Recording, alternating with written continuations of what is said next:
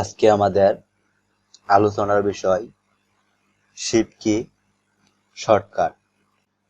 চলুন তাহলে শুরু করি। ফিরছি ছোট্ট একটা ইন্ট্রোর পর, সঙ্গেই থাকবে। Hi, I am Nazrul. আমি এসে গেছি আজকে আপনাকে এক্সপার্ট বানাতে। কিছুক্ষণ আমার সাথে থাকুন, আপনিও কম্পিউটার এক্সপার্ট ভাবে ব্যবহার করতে পারবেন।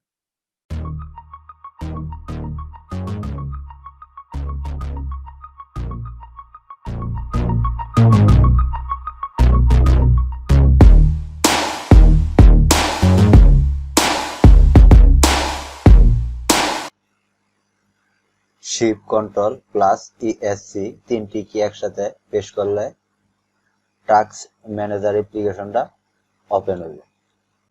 Windows shift plus S scan short.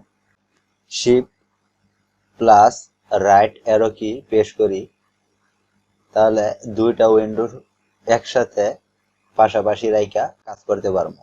Shift plus right arrow কি। ডেস্কটপে যতগুলো আইকন আছে, এই আইকন গুলার প্রথম যে অটটা আছে, আমরা শিফট কি প্রেস করে দিই, প্রথম অটটা প্রেস করলে সিলেক্ট হয়ে যাব। শিফট কি প্লাস টি প্রেস করলাম, দিস পিসি অ্যাপ্লিকেশন সিলেক্ট হয়েছে। শিফট প্লাস এন প্রেস করলাম, নিউ ফোল্ডার সিলেক্ট হয়েছে।